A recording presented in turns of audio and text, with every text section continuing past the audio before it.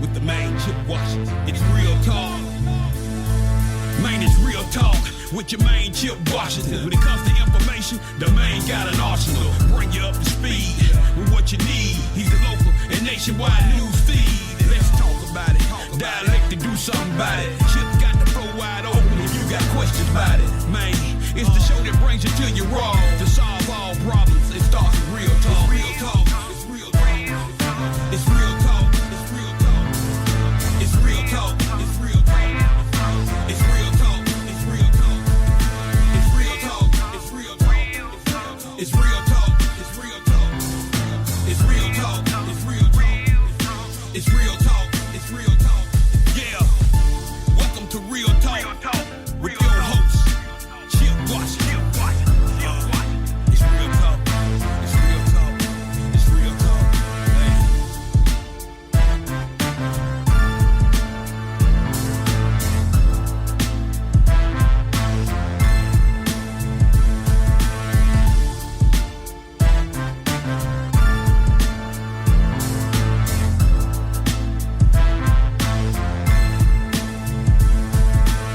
Here we go. On this Monday evening, it is May 20th, 2024, 6 o'clock straight up, which means, ladies and gentlemen, boys and girls, it is time for another edition of Real Talk Memphis. I am your humble host. My name is Chip Washington. Very happy to be here with you on this evening. Of course, it was 7 days ago when we last joined each other, and I hope that you will give us an hour of your time tonight. Sit back, relax. You know, it was a hot day today. Didn't quite hit the 90-degree mark, but upper 80s. We might hit 90 tomorrow. Not sure.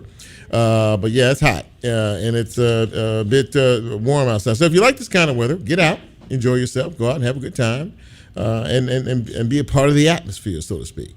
We're really happy to have you with us, of course. I'm always humbled when anybody tunes into this broadcast. And speaking of, there are many ways that you can get us on this fine piece of radio broadcasting live, of course, on the radio, 91.7 on your FM dial. You can catch us there. You can also catch us on the WYXR app. You can also find us on TuneIn, TuneIn, the TuneIn app. You can find us as well. And when the show posts the next day or so, you can find us on YouTube if that's your thing. And, of course, as we are a podcast, you can pick us up wherever you get your podcast. We make it pretty easy for you. So very, very glad to have you again with us this evening. We think we have a good show for you tonight. I have a couple of, one of my guests has not been on the show before, but two of them have. My first guest is Al Lewis. Al is he's a community activist, has been a longtime community activist. Not afraid to speak his mind, not afraid to speak his piece and say what he thinks. He is working on a special project these days called Inward Journey. And what is that? Well, it is dedicated to individuals who are incarcerated and trying to help them, teach them, a better way of life when they get out. Al is going to talk to us about that a little bit later on. Just a few minutes, as a matter of fact. We also have Pastor Dianne Marshall Young of the Healing Center. She will be joining us, and Dianne's never been on this show before, so we look forward to having her join us to talk about the work that she and her late husband, Bishop William Young, started at the Healing Center, and, more importantly, kind of her mission now, which is still the mental health of other people, because mental illness is a very big deal. And this is Mental Health Awareness Month, as is May. She's going to talk to us about an initiative that she's a part of that deals with mental health involving our young people. So we look forward to talking with her about that. And a bit later on in the broadcast, we are going to be speaking with Tangi Houston. And, of course, Tangi is an educator herself. But more importantly, she really created something a few years ago. It's a group that she's the executive director of an organization called Universal Achievers Foundation. It is housed in Fraser. What is that, you ask? Universal Achievers Foundation. Well, let me just pose this thought to you. not everyone is equipped to go to college. Not everyone is college bound. It just happens. Sometimes you may be better in trade, doing a trade versus going to school and hitting the books and taking all those classes to get your degree.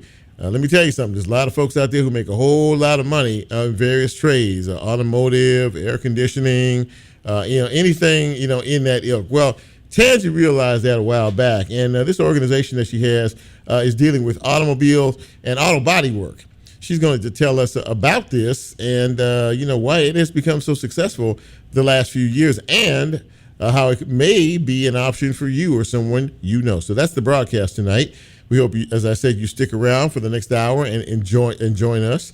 But first and foremost, we need to hit these birthdays because there's quite a few of them today. It's May 20th, and there's a lot of birthdays today. So without further ado, hit it, Bren.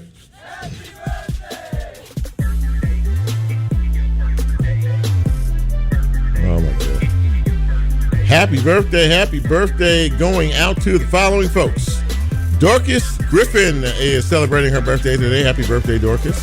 Happy birthday to William Smith III, to Evelyn Holden Todd. Lisa Powell Kelly is celebrating her birthday today, as is Phyllis Fickling. Bernadette Brown Bright. Matani Spurrill, I think that's probably how you pronounce her last name. Cedric Walker celebrating his birthday today. Happy birthday to Tanya Smith, to Juanita Wilchie. Happy birthday going out to Sunshine Love.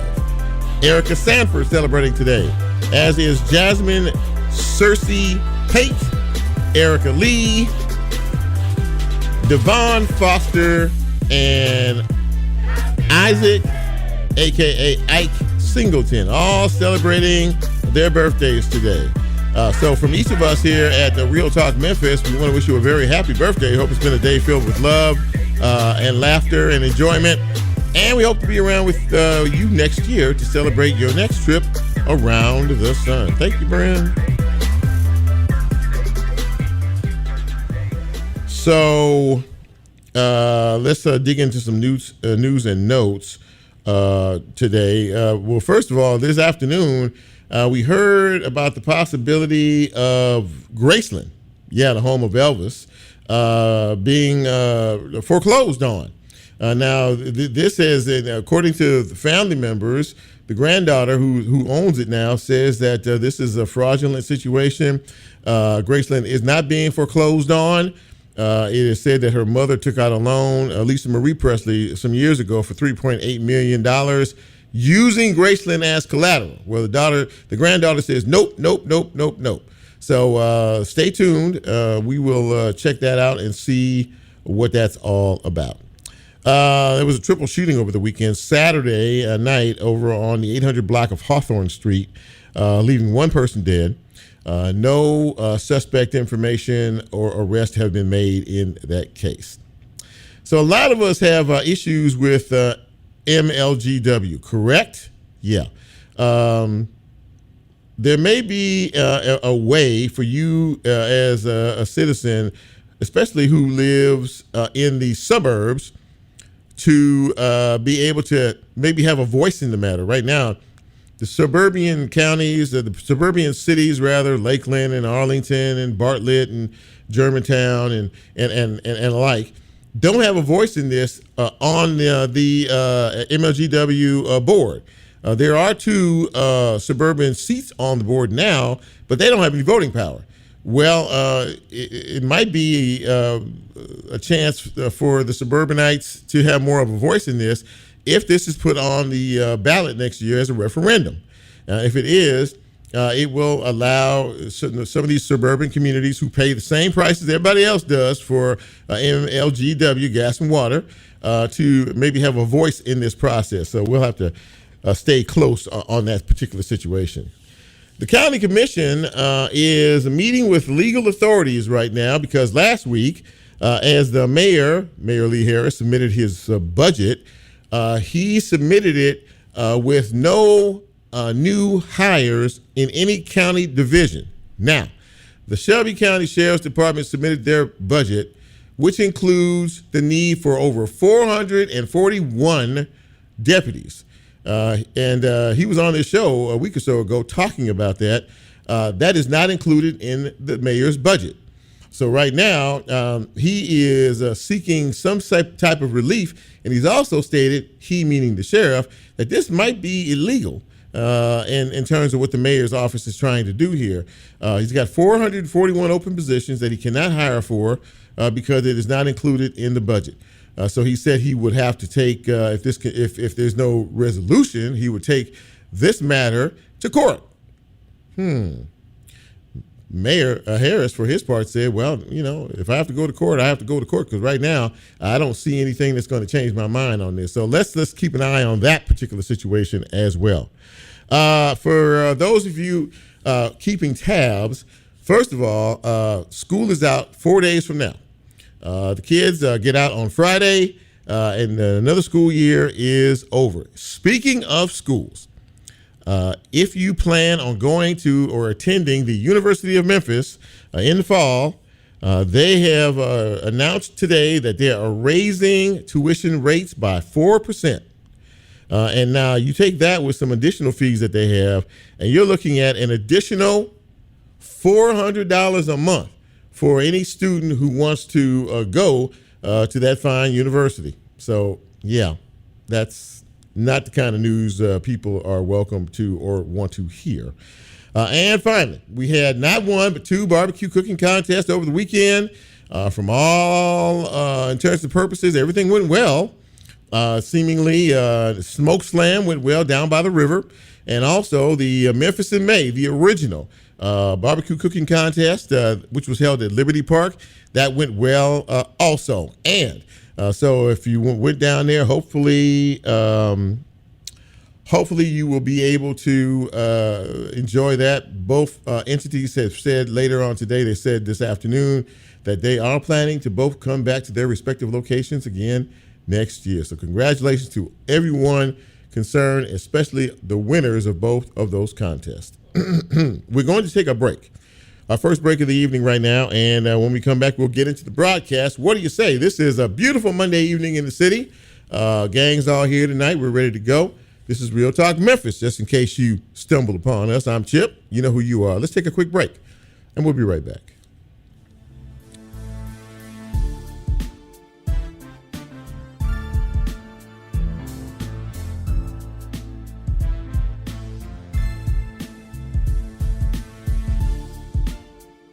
If you like Real Talk, here's a way you can get involved. Do you have a show topic idea or suggestion? Want to be considered a guest or have a guest idea? Then send Chip a message on his Real Talk show page and you can be a part of the Real Talk experience. So as he always says, go out and tell somebody. We'll be right back.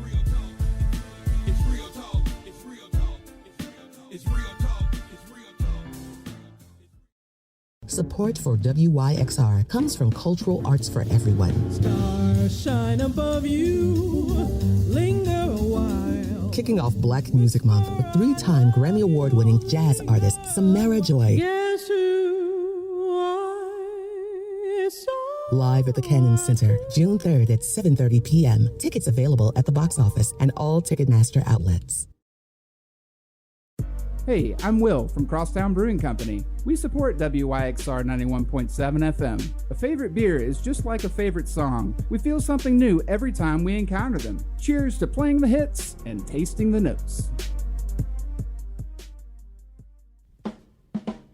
Located on the second floor of the Crosstown Concourse, the Memphis Listening Lab is a curated collection of music and music history that is open to the public 6 days a week. Vinyl Happy Hour happens every Friday between 3 and 5 p.m., where guest DJs from around the community will spin some of their favorite records. More information and a complete listing of upcoming events at memphislisteninglab.org.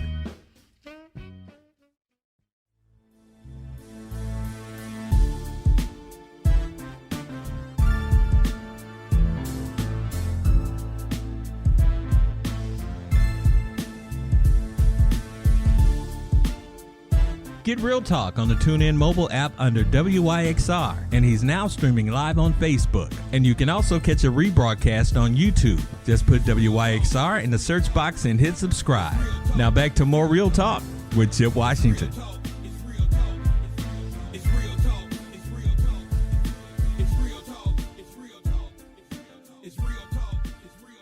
And welcome back to Real Talk Memphis on this Monday evening, a beautiful evening in the big city. Glad to have you with us as always. And of course, glad to have our first guest with us now. This young man has been, I would say, in the trenches for a very long time. He is a community activist to his soul. He is also one who has an opinion and is not afraid to share it. That's what I like about him, I think, the most. but in any event, he joins us now. Al Lewis is with us now. And Al, it's great to see you, my friend. How are you tonight? I'm doing well, man. It's good seeing you again, Chip. Absolutely, absolutely. So did I misstate anything at the top in my introduction of you, my friend? No, I mean that's a general description of me. I can live with that one, bro. Absolutely. Okay. Very, very good. So listen, one of the reasons why I had you on is because you are part of a group, or actually you head this group as the executive director or director of it. It's called Inward Journey. Now, Al, for the uninformed, tell us what Inward Journey is all about. Yeah, sure, man. Inward Journey is a group of Black people headquartered right here in Memphis, Tennessee. We are formed to create what we call a new tribal existence. And by doing so, we have an initiatory experience called the Underground Railroad Training Odyssey, where we take people of color back through the experience of enslavement and then undo its psychic and traumatic effect and sting. And we've been around for 30 years. Started right here in Memphis. We have other centers: Chicago, Illinois, Denver, Colorado, emerging chapters in New York City and Boston, Massachusetts. But we have members literally now from all over the globe. Wow. Again, we've been doing it 30 years, man. So let's focus a bit on the local here. Now, there was a great article about your organization in the Daily Memphian a couple of weeks back. You're working in the Shelby County Jail with some of the current inmates there. So if you can tell me or tell our listeners kind of what that's all about. It's kind of a round table. You all are having a discussion. And what goes into that? Well, first of all, let me say that none of that would have happened without the foresight of Sheriff Floyd Bonner and one of his aides, Colson, who reached out to me back right before COVID about perhaps bringing something to the Shelby County Jail to help reduce recidivism, violence, and therefore. So I just needed to say that because it didn't happen in a vacuum, man. It was a lot of hard work getting that done, including getting support, unanimous support actually from the county commission to fund it. And so, I just want to say this: the people at the Shelby County Jail are under tremendous amount of pressure to perform with a being severely understaffed, and that's a fact. I know that. I don't have to read about that. I know that. I know the effect it's having on that staff and the inmates down there. And so what they asked us to do is we could possibly bring our expertise and our unique skill set to come in. I had a relationship with one of the founders of another organization called Inside Circle, which started in New Folsom Maximum Security Prison in Northern California, doing the same work we do, just with a different intention, but essentially the same work that occurs in what we call the circle. And we call what we do in the circle the work. In fact, there's a very, very popular documentary with some of the guys, including Dr. McCleary, in it that highlights what we do in a circle in the different prisons and facilities throughout the United States now. So what And, do you, so what are you trying? I'm sorry, I didn't. Well, what are you trying to achieve with this? I mean, when you get these inmates in this circle, what is the goal of the conversation? What are you looking for? What are they looking for? Well, it starts out first of all with building trust, and there are certain modalities that we use to engage them into building trust with us and among themselves. Mm-hmm. And so how we do that is we offer a space of confidentiality. We have certain agreements that the group must adhere to and agree to. No, against, for instance, no violence, not weaponizing our language, not coming to group under the influence of anything. Those are just some of the basic agreements. We don't have rules, but agreements that all the men agree to. Right. And then the work begins. That is a process of radical examination of our lives or some of the upsets that may have happened to us, because we do the same work.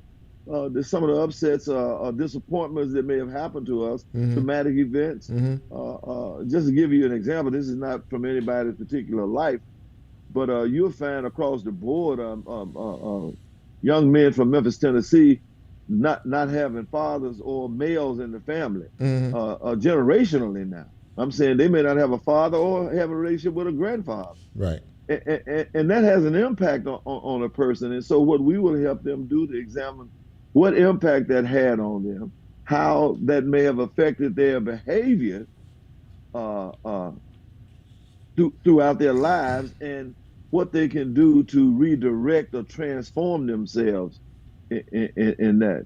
And Chip, that is what requires this unique skill set that I speak of. Not everybody can do that. It takes a lot of training to be able to do that, because we don't just do that in jails, even though we do it in jails and prisons. I've gone to Vacaville State Prison and went in there for what we call an intensive, the same thing. But we do it with C-suite executives. I got a friend that does it, has done it with the CIA, Defense Department, you name it. The work is identical. It's no different. I just left South Dakota 2 weeks ago. I was in a circle of very influential men, many of them former casino owners, attorneys. We did the same thing, the same process, a radical examination of our lives to determine what worked and what doesn't work for us, and how we can now pull out positive things that can help us to make it through after that. What does success look like in this program, Al? I mean, obviously you've let us know that this is a nationwide thing, and there are a lot of folks with a lot of problems out there, and a lot of incarcerees who may, for one reason or another, have wound up behind bars, but may now have a different agenda, or may even have had a different agenda there. What does success in this program look like to you and or them? Well, I mean, I can speak from a personal perspective when I went through the process, or I can speak to what I have witnessed so far, just in the Shelby County Jail. Right. Is that the first thing it is how the men begin to show up after a period of weeks, after they begin to integrate some of the lessons that they've learned. There's not been one instance of violence or threat of violence against one another. I've never seen such a group of respectful men, and I'm not embellishing that at all. I've never seen such a group of respectful and men active, willing to learn. That's one of the things. Just open-mindedness of that. The statistics have shown that the people that have gone through our process throughout the nation, we have less than a 10% recidivism rate. Wow. Yes, sir. Yes, big deal. Out of New Folsom Prison, the inmates that have been released, that have gone through, I think it's some 400, there's been zero recidivism. Zero. Now, I want you to hear me. All right. Several of these inmates have had life plus 225 years, life plus 300 years, life plus 124 years. Some of these men I know personally. Okay. and they got out. They are thriving. Some of them are making very good salaries. They are pillars of their communities. Again, it's because being held accountable to their actions and then setting the standard of the way they want their lives to be lived. Now, this sounds a bit abstract, and it looks abstract until you go through the process. Right.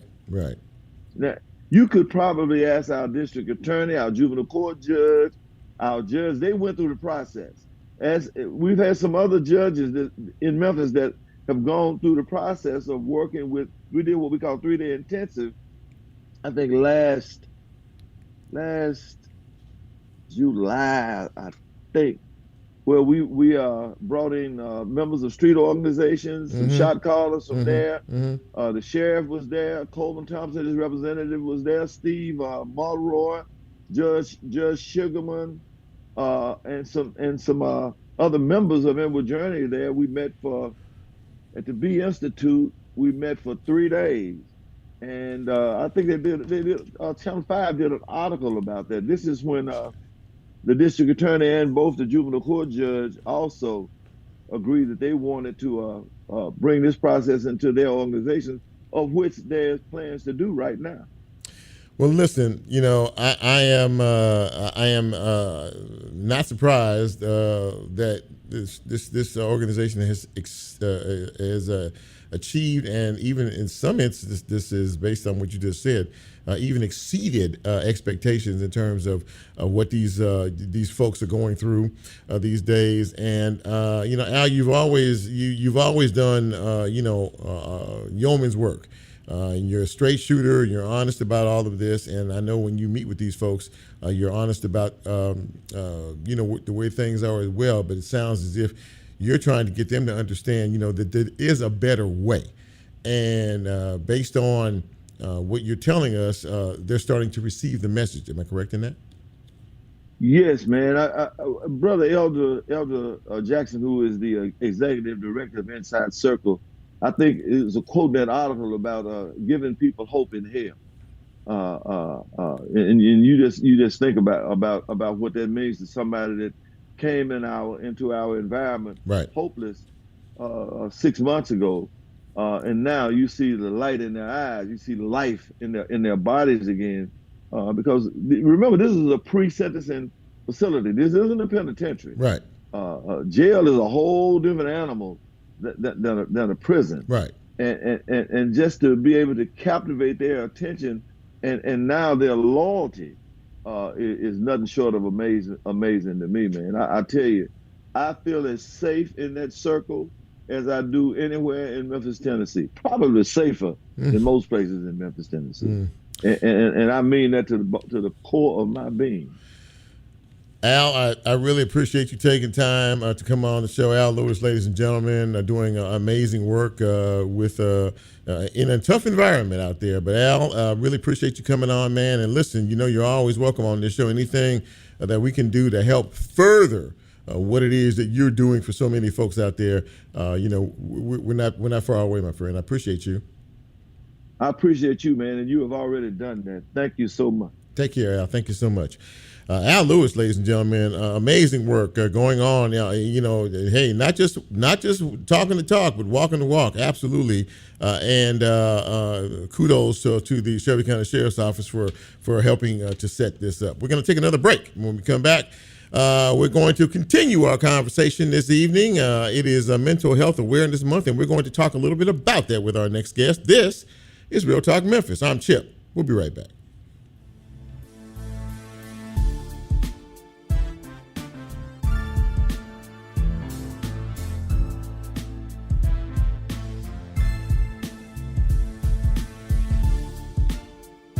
If you like Real Talk, here's a way you can get involved. Do you have a show topic idea or suggestion? Want to be considered a guest or have a guest idea? Then send Chip a message on his Real Talk show page and you can be a part of the Real Talk experience. So as he always says, go out and tell somebody. We'll be right back.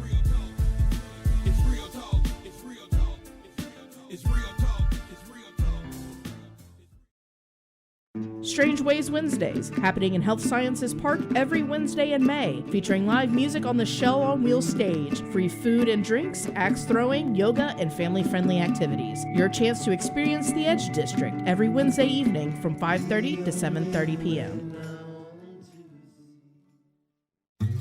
Support for WYXR comes from Team Clean. With more than 22 years of experience, Team Clean provides services for home, work, or studio space. Biodegradable cleaning products mixed with common sense and tailored to each client's needs. Estimates and information at weareteamclean.com.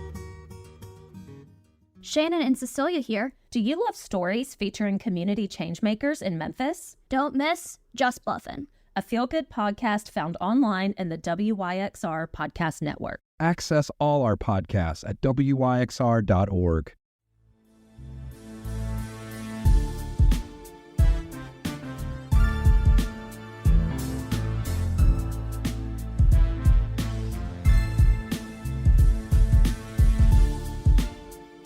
Get Real Talk on the TuneIn mobile app under WYXR, and he's now streaming live on Facebook. And you can also catch a rebroadcast on YouTube. Just put WYXR in the search box and hit subscribe.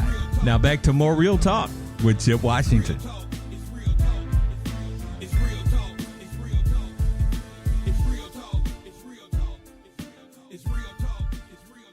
And welcome back to Real Talk Memphis on this Monday. Chip with you. And my next guest is someone who is very well known in the Memphis and Shelby County community. She and her late husband, Bishop William Young, founded the Healing Center, which many of you are aware of as well. And I'm so happy to have her on the show, particularly at this time. May is Mental Health Awareness Month, and of course, she and Bishop, have been trailblazers in dealing with mental health in the Black community. Please welcome to the broadcast, Dianne Marshall Young, aka the Pastor. Good to see you, my friend. How you doing? They do okay. Okay. Well, was that introduction okay for you? I just want to make sure. You rocked it. I appreciate that. It's also good to see you again as always. And Dianne, this particular issue, mental health, it has been around for a long time now, and it's been quiet. It's been kept quiet, but now it seems like more and more people are acknowledging that mental health concerns are very, very real, which is something that you and the bishop thought about a long time ago in reference to the Healing Center. Tell us a little bit about that. Well, thank you for having me, first of all. Absolutely. I think that my first thing is that I think our role and our goal is to allow the faith community to know that we have to address mental health, because when we talk about mental health, we're talking about the soul, and we're spirit, soul, and body. And that soulish realm holds the will, the emotions, and the mind. And so we want to be a healthy person, and we have to work on all three of those. Now, one of the reasons why we've had such a hard time addressing mental health is because of the stigma associated with mental health. When you talk about mental health, many times the first thing people think is that you're saying that I'm crazy. That's not the way we should interpret it. Even though that's the way many interpret it, we got to deal with the fact that we have to address the whole person. And that's where we come in, and that's where we've come in. And I think we're doing better. We're not there yet, but we're addressing mental health in the faith community, and that is so major right now. Dan, you mentioned the churches, and are the churches, as a whole now, the church community, should I say, are they starting to accept this and embrace this, as a real issue that needs to be addressed? I honestly believe that the church getting the memo that we've got people in our congregations that need help, because we've got so much trauma. We've got so many people in our community who have been impacted by trauma. That's why I say when we talk about that if you have a mental health concern, that it has to be the extreme. It does not have to be extreme. the trauma of death, and our children, many of them are suffering from post-traumatic stress disorder because they've seen somebody murdered, and those things are replayed. And I think that the church, we're getting the memo, the faith community, and I am proud to say that we are getting it. We get more support for suicide in the Black church. That was something that my husband was dead set on never changing, that the Black church can take ownership of suicide and the Black church, so we can present that concept and allow people to understand that we have some things going on in our community as African Americans that we need to address emotional. Now, one of the things too that you have that you've sort of gathered into all of this, and are really starting to trumpet is, and you sort of touched on it just a minute ago, our young people. Our young people are dealing with so much, and you're really now starting to take a look at, Dianne, and doing some work around mental health in our youngsters, in our young people. Tell us a little bit about that. But when we're talking about our young people, one of the things that we have to remember, every parent that's listening to me, if you recognize that something is not exactly what you think it should be with your child, please get them help while they're young, because then they'll get the help. But once our children turn 18, they can choose not to get the help. Sure. And especially based on the picture of what it means to have to deal with mental health. Everybody don't have to take medication, even though some people may. But many times it's just cognitive. It's just talk therapy. They need to talk about what they've experienced, talk about what they've been through. And they need to talk to it. And it's not always with their parents. They need a professional, someone that can go and dig deep and allow them to let those things come out. Because those things, once if they remain in us, then they'll turn on us. The phrase ACE, Adverse Childhood Experiences, I believe that's what it's called, and is directly related to trauma. Tell us a little bit about that and what people should know about that. Well, when we're talking about ACEs, we're talking about things that you've experienced as a child, and those things, you continue to carry those things. They are triggers. They are things that are set off things. I was talking to a young man, and different things that happened to him a long time ago, they're still there, and they're triggers. If he see somebody that's not doing what they should do as far as a relationship, it triggers what happened to him as a child with his mother and his father, and how their relationship didn't last, and how much he missed the absence of the father in the relationship. And that has caused that young man trauma. And as adults, we have got to do a better job of understanding how hard it is for traumatized children to really, really have healthy emotional health. We've got to look after those. When we're talking about adverse childhood experience, those experiences that they had continue to haunt them. Yeah, what we want to do is deal with them. Yeah, what you just said was so extraordinarily important. A lot of things that happen to grown-ups that were adverse when they were a child or children still stays with them, and it can adversely affect any relationship they might have in terms of a family, or children of their own. Correct? Yeah, absolutely. And then we've got to address the fact, and here, I'm finna go to church on you for just go ahead, do it, preach. that there are things that continue to follow families. And, we have to actually break that curse, so to speak, and pray about that, and pray over our children, and just believe God that they won't walk in whatever you walked in. Sometimes we just resolve and say, hey, it is what it is. No, it don't have to be. Mm-hmm. We can pray for our children. We can get them the help they need. We can grow up and realize that mental health and physical health go hand in hand. If you help someone physically to be okay, then you've also got to address their mental health. Now, I've talked many times before about we were part of the generation that were drugged, and when we say drugged, that means drug to church, and with no choice, with no excuse, Am I Nope. correct? Right? And Chip, that's a problem that we have because the parents came back to church. Mm-hmm. I'm staying at church here a minute. Parents came back to church, but it seemed easier to leave them at home. And so we're disconnecting our children from faith.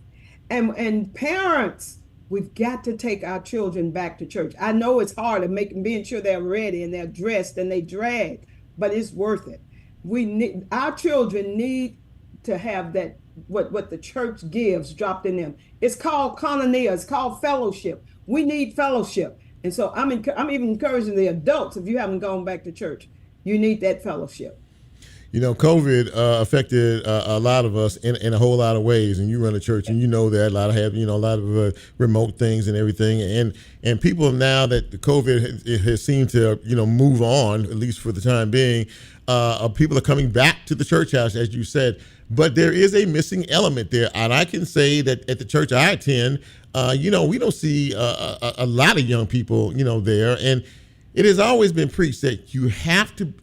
These kids have to have something positive. They have to be around something positive, and because of the fact that we're not bringing them to the church house, they're missing out on quite a bit. Are they not? They are, and that's we have got to get back. We've got to get back. I know COVID came. COVID hit us hard, but now. We've got to get back into the house. Mm-hmm. Something about being in the house. And it's something, fellowship. It's fellowship because meaningful touch, we talk about the blessing. We bless each other in the church. Meaningful touch, that I touch you, I hug you, endorphins are released, and that brings calmative effect. So we need the kinds of things that the church gives. And koinonia is one of those things, a spoken word, just saying, hello, I'm so glad to see you. You look so good. It's just wonderful. Those are the kind of things that keep us going. Yeah. Those are the kind of things that helps our mental health as well. It helps us feel good about ourselves. Dianne Marshall Young, my friend, I am so glad that you came on the show tonight and you preached a little bit. And you told the truth, and we all need to do better. I mean, one thing about it, we may think we're doing okay, but we can all do better. We can. Thank you, my friend. It's good to see you. Thank you for coming on the show tonight. Really appreciate you. I'm glad to do it. I appreciate it. Now I know what a podcast look like. Thank you. I'll talk to you soon. Okay, bye-bye. There you go, ladies and gentlemen. Pastor Dianne Marshall Young, talking the good stuff tonight. Really, we need to do better as a society, as a people. It's not singling anybody out. We all need to do better with each other. Problem right now, it seems as if folks just don't much care about each other. Mankind that terminology has slipped away. People, what does that mean? I mean, there seems to be a lack of regard for any of us, men, women, or children. And collectively, as a unit, as a city, as a society, a group of people, we need to do better for each other, with each other, and more importantly, we need to set the example for our young folks to follow. Lecture over. We'll take a break. When we come back, we will continue on this Monday evening. Good show so far. I hope you've enjoyed it as well. This is Real Talk Memphis. I'm Chip. Don't you go away. We'll be right back.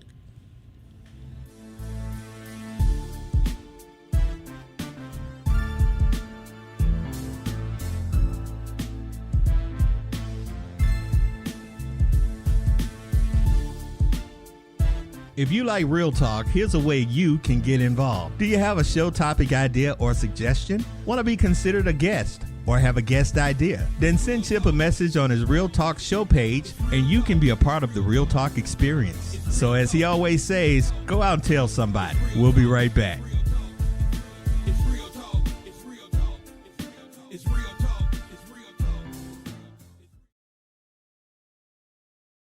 Strange Ways Wednesdays, happening in Health Sciences Park every Wednesday in May, featuring live music on the Shell on Wheels stage, free food and drinks, axe throwing, yoga, and family-friendly activities. Your chance to experience the Edge District every Wednesday evening from 5:30 to 7:30 p.m. I'm Patrick Tamburino, host of the Techno Strategist podcast. Join me as we navigate the ever-evolving world of IT managed services and beyond. We'll explore everything from selecting the ideal tech partner to the forefront of cutting-edge technologies, all infused with my own unique perspective and hopefully a touch of humor. Don't forget to tune in to the Techno Strategist on the WYXR podcast network. For more information, head over to WYXR.org.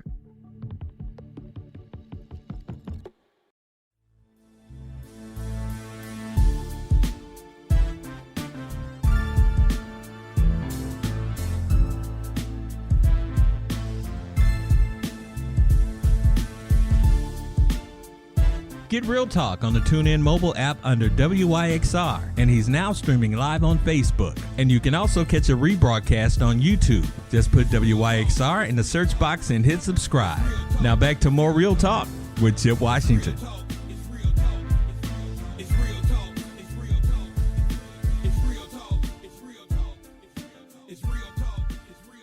And welcome back to Real Talk Memphis on this Monday evening. Glad to have you with us. Chip here. And of course, we talked at the beginning of the broadcast that, let's just face it, college is not for everybody, okay? I mean, there are a lot of folks out here who are smart as a whip in different ways than the book smart. There are folks who are good with their hands. They're good with skill set. They can do various things. They can fix various things.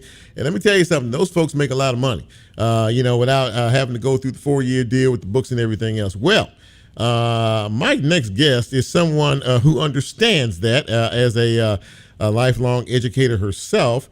But she has, I think she's touched she's sort of touched the nerve, with folks out there as if to say, you know what, we have an option for you. You don't want to, you're not doing the college thing. Well, guess what? You might want to check us out, and you might want to be a part of what we're doing. Tangua Houston is the executive director of Universal Achievers Foundation, and it's in Fraser. And she joins us now. Tangua, it's great to see you. How you doing? Hi, how are you? I'm doing fine. Thank you so much. Thank you for taking some time and coming on the show tonight. It's good to see you again. So tell us a little bit, for the folks who don't know, for the uninformed, tell us a little bit about Universal Achievers, the foundation out there in Fraser, why you started this, and what you are looking to achieve with young folks who are a part of it. Thank you for having me on. Surely. Universal Achievers Foundation, it is a nonprofit that we started with my business partner, Ricky Mason, who has a body shop called Quick and Fast Body Shop in Fraser. Okay. And so we wanted to be able to share that skill with individuals that either wanted to learn something new, or to the youth to train them, to give them a trade. So that is one of the reasons why we started Universal Achievers Foundation and the actual apprenticeship in auto body collision and repair. How long have you guys been going? We've been going about 6 to 10 years, but we became a registered apprenticeship in 2023. Okay. And when you say registered apprenticeship, what exactly does that mean? That means that we are a state program that is registered with the state to have an apprenticeship to operate as an apprenticeship in the state of Tennessee. So how many, you've been around a little bit here, how many students would you say have gone through your program? And by the way, going through your program means they are absolutely certified. Am I correct in doing this type of work? When they start off, we have the theory, and then we actually have the hands-on. So it's like a 12-month program. So it's not something that you just go in and leave out. Okay. So we do have some people that do get certified ASE. And then, of course, we understand that we do have a non-certification program where we do have job placement. So regardless whether you get an ASE certification or not, you will be placed with a job. Why is this so important, Tangua? I mean, just in the overall scheme of things, the economy, the way things are in our society these days, why is something like this so vitally important, especially in a community in an area like Memphis and Fraser? Well, we are the change that we seek, right? Yes. So we don't make the change. No one else will. And I think about what the late John Lewis said, get in good trouble. necessary trouble and redeem the soul of America. That means that we, as Universal Achievers Foundation, we have to get in good trouble. And necessary trouble right now is to get our young people trained in a trade so that they can go out and take care of themselves and their future families.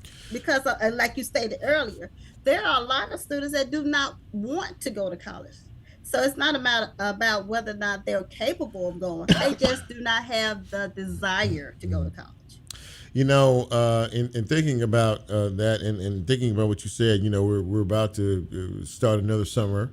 School's about to be out, traditional school in a few days. And one of the big issues around is this time of year is, what are our young people going to do? What are they going to do for the summer? Where are we going to, you know? So, and that's a big concern for a lot of people in terms of this. Do you see this program that you have? Can you see? Because I can see it. Taking this, I mean, far beyond the walls of Fraser and the reaches of Memphis and Shelby County. Could you see something like that? And I'm sure there probably are you know, around the country. But this really does sound like something that could be universal in its scope. Is that something you've thought about at any point? It just happened to be the location. We have students that come from everywhere. Matter of fact, this summer, we're getting ready to host about 10 to 15 students from all over Memphis, Shelby County schools. So just because our program is located in Fraser, it's open for everyone. Mm-hmm. Well, even adults. And we do have adults too that come in at night. I was going to ask you, is there an adult component to this? And what is that, 18 and over? I mean, how do you classify that? So for the youth category, 16 to 24. Okay. And then 25 and older is what we do for adults. Okay. And you do you do have that program as well. How many people approximately, I don't know how you keep exact count, do you think that you have placed through this program? How many folks do you think you placed? Well, we really started doing the job placement when we became a state registered apprenticeship, and that was in 2023. Okay. So we've actually did about about 5 we placed. So it's a pretty good average for us, I'm concerned, just getting started.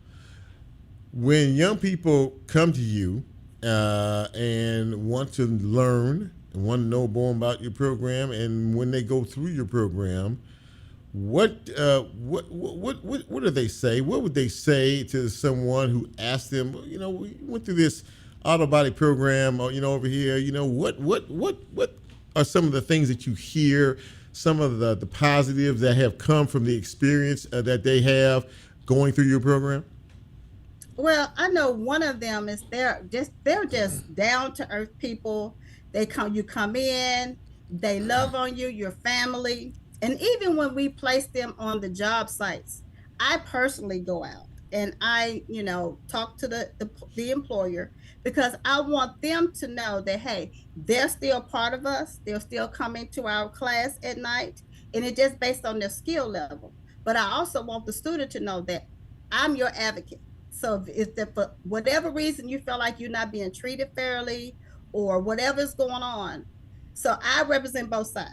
So it's the co-op that we also have that I want to make sure that everyone understands. We have that wraparound service as well. You have obviously you have to have a buy-in from the community, from the businesses, from the business leaders out there.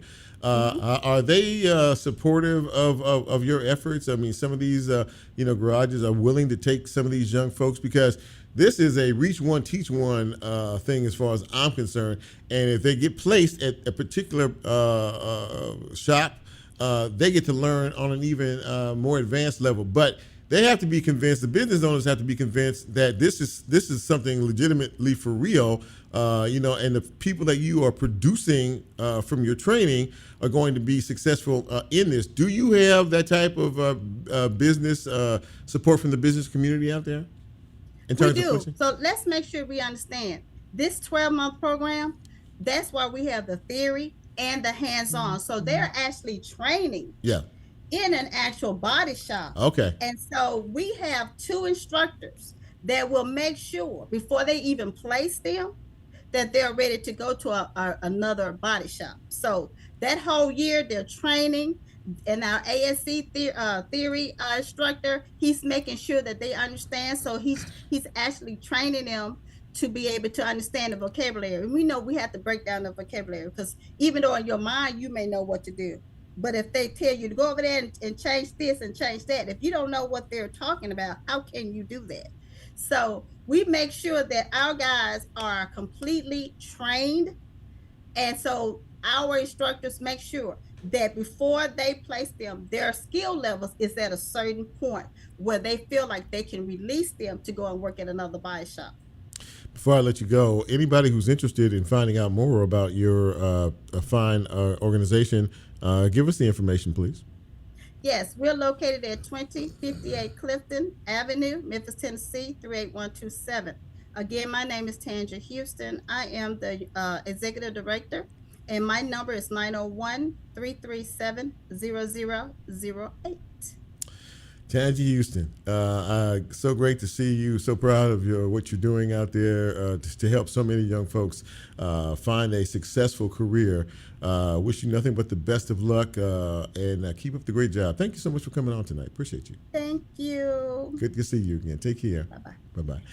Ladies and gentlemen, that puts a wrap on it for this edition of Real Talk Memphis. I hope you enjoyed it as much as I did, because we've had some great conversation tonight. And as Brent plays us out, I am, as always, I'm humbled by anybody who takes some time to check out the broadcast. Whether you're checking us out on radio, or whether you're checking us out online, or you're watching the live stream this evening. And thank you for all the folks. My brother was online here a little while ago. I don't know if he's still online or not, but he was watching out there from California, and I appreciate that. Michael Harris, Patricia Rogers, of course, Audrey Hill, and the others. I'm in and out of this thing, so I may lose people, but listen, I really appreciate you joining us. And if the Lord says so, we'll be back here next week, same time, same station. We'll try to do it all over again, just a little bit better. In the meantime, go out and be safe, be careful out there. Watch yourself, watch your surroundings, and again, thank you. By the way, tomorrow's my birthday. And Lola said I purposely didn't mention it, so she could get on the mic and say it. But in any event, for all you May 21sters out there, happy birthday in advance for Lola, for Bryn, and for me, Chip. Thank you, and we are out. Talk to you soon.